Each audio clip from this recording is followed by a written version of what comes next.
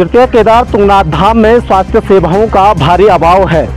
तुंगनाथ धाम में स्वास्थ्य सेवाएं तो नहीं है, लेकिन उसके बेस कैंप आधार शिविर चोपता में एक राजकीय चिकित्सा इकाई चोपता यहाँ पर जरूर है, लेकिन उस चिकित्सा इकाई में हम आपको दिखाते हैं कि वहाँ पर वाकई डॉक्टर रहते भी हैं या नहीं रहते हैं, क्योंकि अक्सर ये शिकायत मिलती है कि ये केंद्र बंद रहता है और केंद्र भी एक टीन सेट पे ये चल रहा है कई वर्षों से।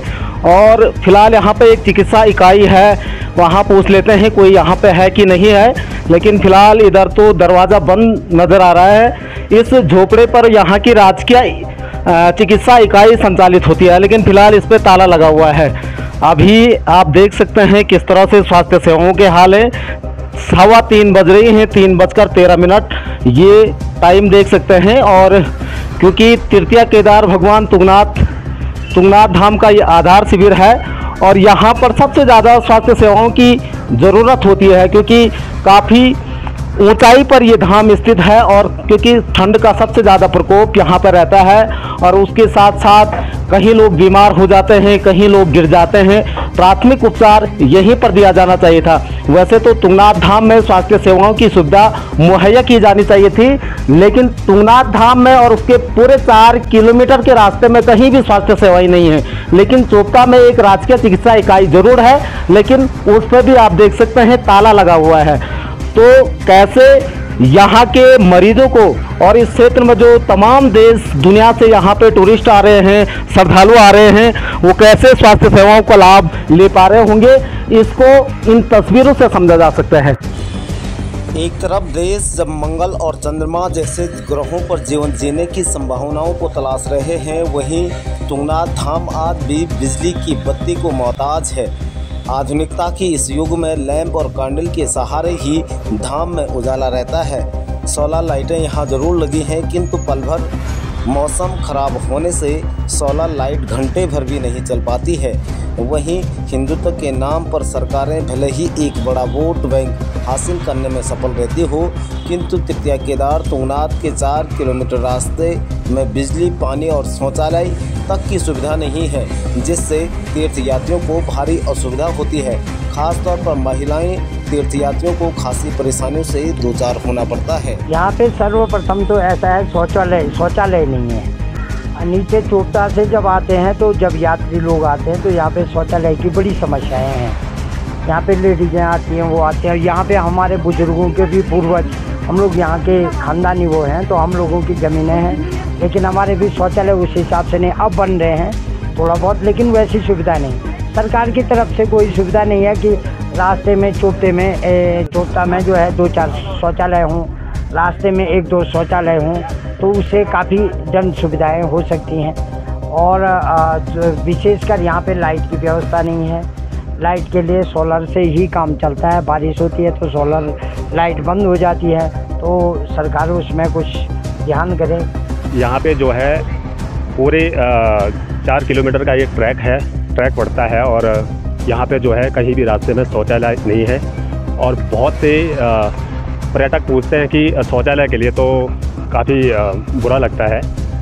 और महिलाएं सबसे ज़्यादा परेशानियाँ महिलाओं को होती है और हमें भी मजबूरन ऐसा करना पड़ता है कि उनको बोलना पड़ता है कि यार देख लो, इधर बाएं दाएं देख लो। तो जब यहाँ पे इतना ट्रैक है और शासन प्रशासन की तरफ से यहाँ पे कोई सुविधाएं नहीं है। और दूसरी बात ये है, यहाँ पे जो है इतने बड़े रास्ते में जो है यहाँ पे कहीं भी जो है मेडिकल शॉप नहीं है और कहीं यात्री जो है बहुत बीमार हो जाते हैं। और यह है कि होना चाहिए, यहाँ पे मेडिकल की व्यवस्था होनी चाहिए। कहीं के तो हाँ मुड़ जाते हैं, कहीं की चोटें लग जाती हैं, तो ये व्यवस्थाएं होनी चाहिए, क्योंकि ये निरंतर चलता रहता है। उधर धाम में स्वास्थ्य सेवाओं के नाम पर एक बुखार की गोली तक नहीं मिलती है।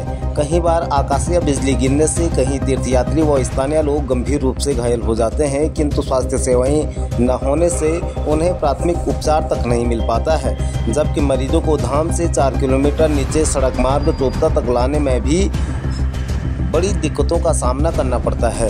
स्वास्थ्य सेवाओं के नाम पर तुंगनाथ धाम के बेस कैंप चोपता में जरूर एक चिकित्सा इकाई टीन सेट में चल रही है, किंतु मरीज से ज़्यादा चिकित्सा इकाई बीमार हो रखी है। किस तरह से परेशानी होती है? सबसे परेशानी यहाँ पर परेशानियाँ तो कई परेशानी है, जैसे टाव की समस्या है, कहीं पर जो शौचालय नहीं रास्ते में है, कहीं बिजली जो मूलभूत शब्द आज इतनी बड़ी टेक्नोलॉजी हो गई है, लोग जो है इतना इंफॉर्मेशन टेक्नोलॉजी के सबके पास जो वो है उपकरण हैं, उनको बिजली से चार्ज करें, कहाँ से करें? सोलर जो जिन्होंने अपने व्यवस्था कर भी रखी है, तो आप ही देख रहे हो अभी पूरा फॉग लगा हुआ है, धुंध जमा हुआ है, तो चार्ज नहीं हो पाते हैं, तो ये भी बहुत बड़ी समस्या है। बिजली के लिए बार बार जो है कई बार अखबारों में छापा गया कि बिजली आ रही है, उससे जगमगाया गया तृतीय केदार तुंगनाथ, लेकिन ये सिर्फ जो है कागजों तक सीमित रहा। जबकि जो है यहाँ पर सबसे जो है परेशान है वन विभाग की ओर से। यहाँ पर जो है ये सेंचुरी एरिया के नाम से उसे बता करके ये बता दें इस एरिया को सेंचुरी जोन घोषित किया गया है, इसलिए यहाँ पर किसी भी प्रकार का कोई जो है वो निर्माण कार्य नहीं किया जा सकता है।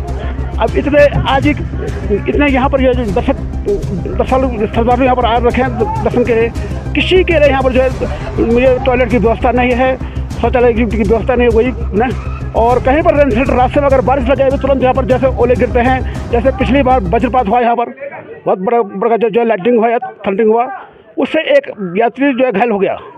तो न यहाँ पर कोई MRP का जो स्वास्थ्य की सुविधा है, और इस प्रकार की जब वो परसों वो घटना हुई तो मैंने सुना है कि यहाँ पर जो है उस यात्री को यहाँ पर 1,000 रुपये चंदा करके जब यहाँ के लोग वहाँ नीचे चुपता लगे, उसके बाद उसको श्रीनगर रेफर किया।